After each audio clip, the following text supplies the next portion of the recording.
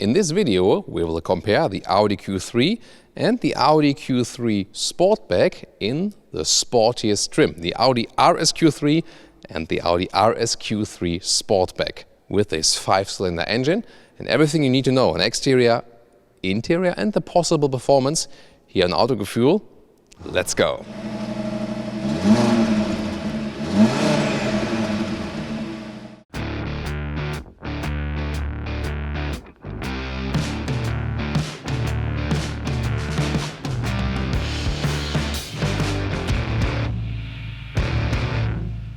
A base Audi Q3 already looks quite sporty with a huge front grille, and the RSQ3 adds this shiny black element right there. Then we have this former Quattro citations right there and a stronger lower bumper and bigger air intakes.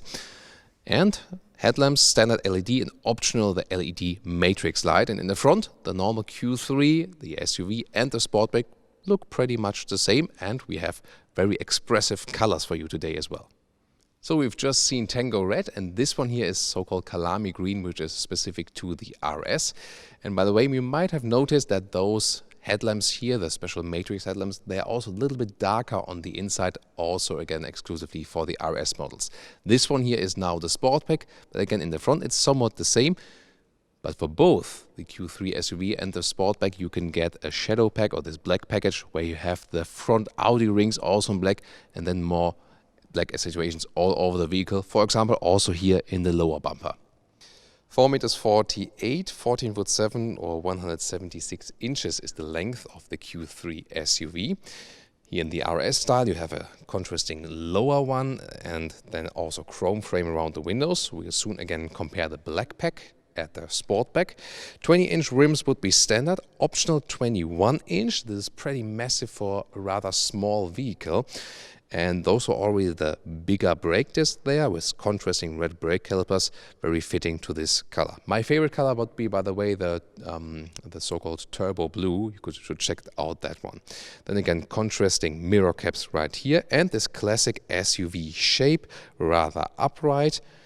But of course you will have a little bit more height in the trunk than later on. I want to know from you, which one do you prefer, the Q3 SUV or the Sportback? Tell me later in the comments. And now we switch over to the Sportback. Very interesting. First of all, we also have this black pack here.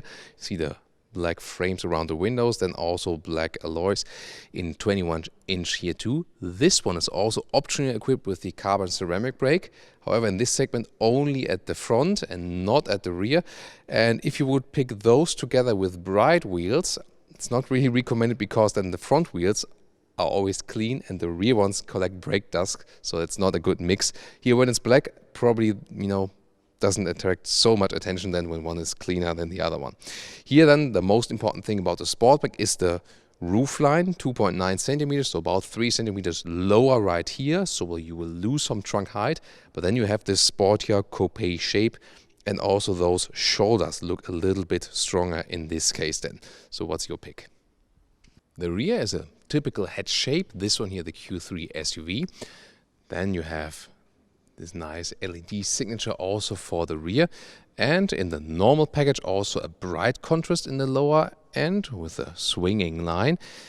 The Q3, the RSQ3 also gets this sports exhaust, performance exhaust, and well, there are real exhaust on the inside here. They are split 4 actually, and then there's this outer egg beauty tip here then again in a chrome scheme. The window is very flat here in the Sportback. This creates a sportier look. And since this one also has the black pack, again also available for the Q3 SUV, but here the Audi rings in black, RSQ3 logo, black accentuations here in the lower bumper in front of the diffuser. So this adds some more aggressiveness even further. And then this one here is also equipped with the performance exhaust. It fits very well because that one also has a black ring then around this beauty tip. It looks from the form totally the same, but the performance exhaust is different on the inside a little bit, and therefore creates a better sound.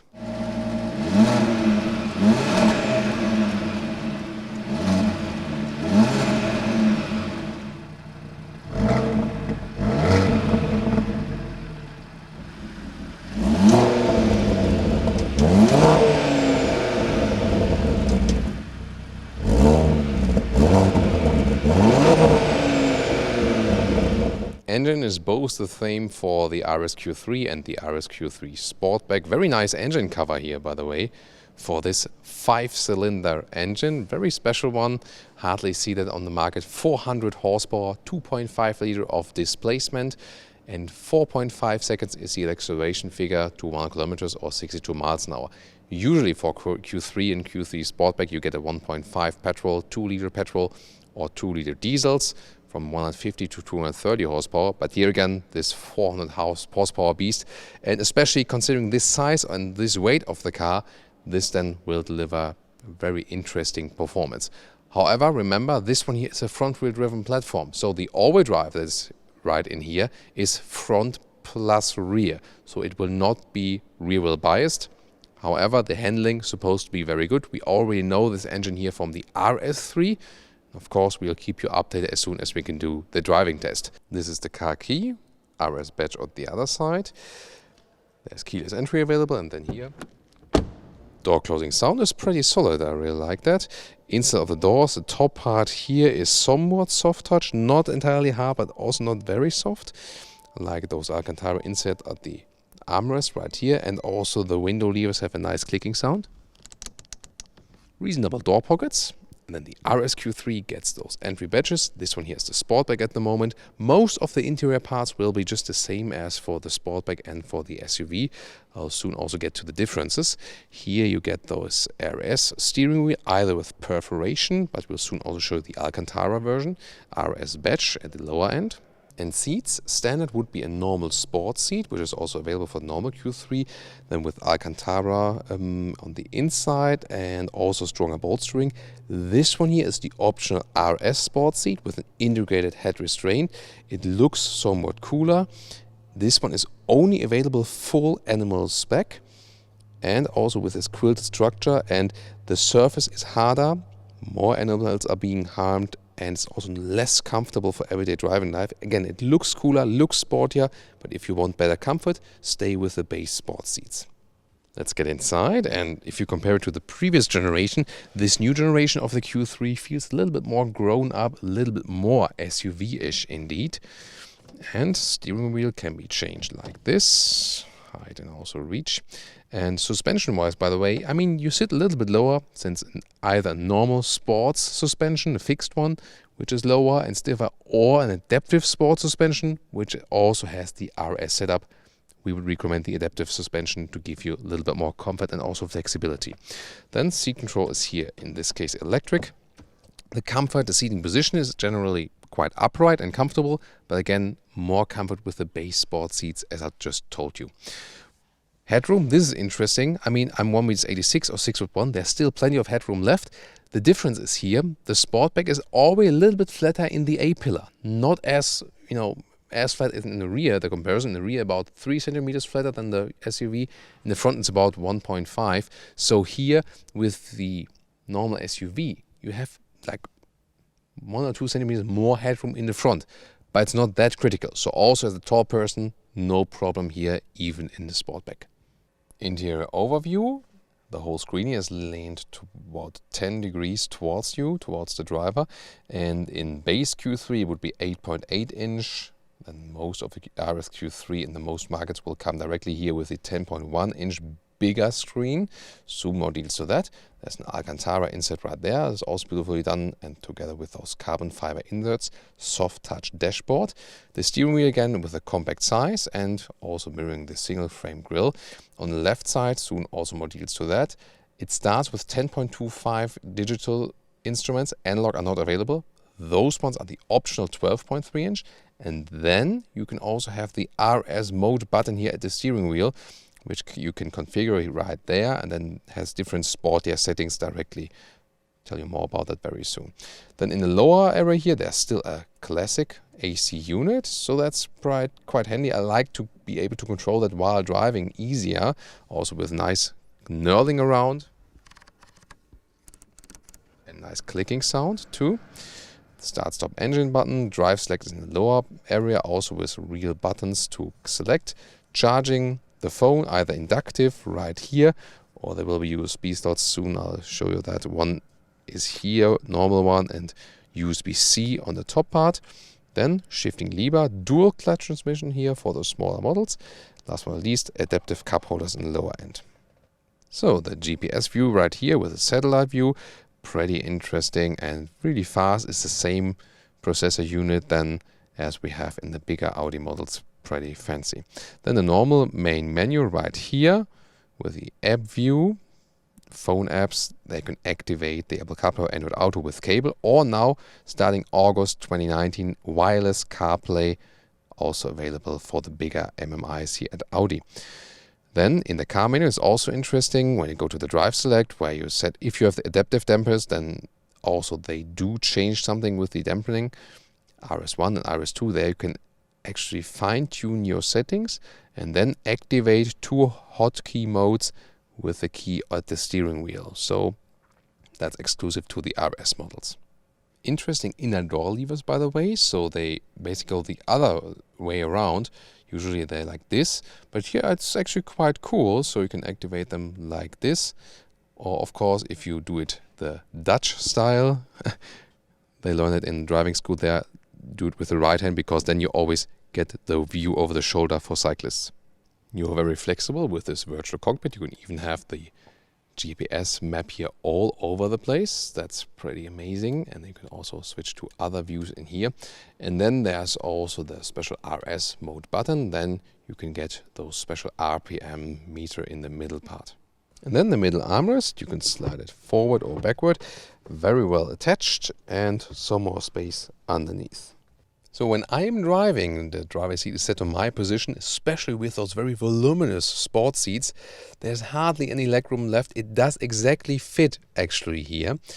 Again, 1.86 m or 6'1", and above my head I can still put my hand over it if I'm, relaxed with my spine. As soon as I put up my spine, then I hit the head here at the ceiling. So this is a difference then. The Sportback has less headroom. I'll soon show you that also again in the direct comparison to the Q3 SUV.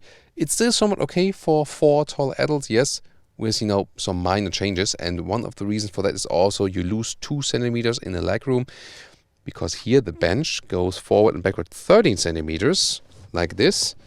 So front and back, you can even not put it all the way in front. And in the other one is 15 centimeters. So that's also a difference. So yeah, a little bit limited, but still somewhat okay. What is good that you can change the angle from the back part here. You can sit more upright or you can relax a little bit more. And then the middle part here, you can fold that one here down, have some cup holders inside. And you can also use this one as a ski hedge. Like that. And now the trunk of the Sportback, and the funny thing is, it's 530 liters, the same liter figure as for the Q3 SUV, and the reason is that the trunk capacity is measured below this cover here, and so the lost height in the top part does not take, it's not taken into account as for that. Very interesting. Well, you have a quite nice setup. This top cover here, you can, by the way, also store underneath here. If you put out those side plastic covers, then it is actually possible. That's a good solution. Then the standard measurements here, as for the width, is about 1 meter here in width. And the normal length of the trunk is about 90 centimeters. That's also pretty much the same as for the Q3 SUV. Here is the limiter, then about 40 centimeters in height right here. Yeah, but I think you can still somehow live with that, and I've already flipped the seat here for you on one side, and then to the driver's seat as I would be driving. Let's see. It's longer than I expected. It's about 1.70 meters. So overall still a pretty well usable car, I think.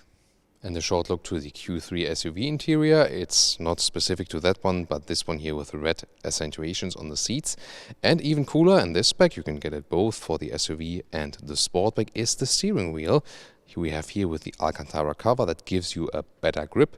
So definitely recommend those. Just gives a cozy but sporty experience in your everyday driving life. And indeed, here in the Q3 SUV, you have a little bit more headroom. There's also panoramic roof available, by the way, if you like that.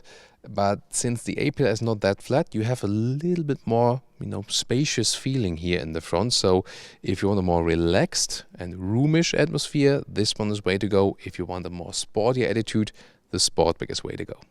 Even bigger the difference here in the rear of the Q3 SUV. Definitely more legroom, so it was like this with the other one, like this with here, so that's definitely cozier. And also headroom is significant difference, so there's no problem here, a lot of headroom left, and even if I put my spine all the way up, so definitely more relaxed feeling in the rear bench here. But of course with the Sportback you have the sportier design. So two interesting things I want to show you with the trunk of the Q3 SUV. First of all, when you slid the bench all the way forward, like this, there's this gap then here, so this is the bench all the way back, this is all the way forward, again 15 centimeters instead of 13 centimeters with the Sportback. And well, what else is interesting, when you take a look at the height right here below the cover, it's actually also the same, you know, here it's about 40 centimeters here, and I just measured it, so everything is below this cover is pretty much identical. The difference is really more with what's above the cover. Let's say if you store something very high, if you put that one out and store something then to the upside, to the glass or here to the roof, that is then the major difference. And now to our conclusion for today with the RSQ3 and the RSQ3 Sportback. In general, what do you need an RSQ3 for? Well, let's say you want a compact hot hatch, but you still want a higher seating position, a little bit more comfort, and the car shouldn't be too large actually that you can still park in and out at the city, but you want a real performance car. So that might be a solution then for you. Interior build quality is pretty cool. Of course, some lacking of the animal skin alternative still here, which is pretty common at Audi still. They will be changing that in the future, but it will take some more years. As for the flexibility, yeah, you lose a little bit with the Sportback in the rear for the rear seating and also a little bit for the trunk, but I think you can still live with that. It does have a quite sexy look indeed here as the Sportback Coupe alike. So it's one of those SUV coupes I really like very much.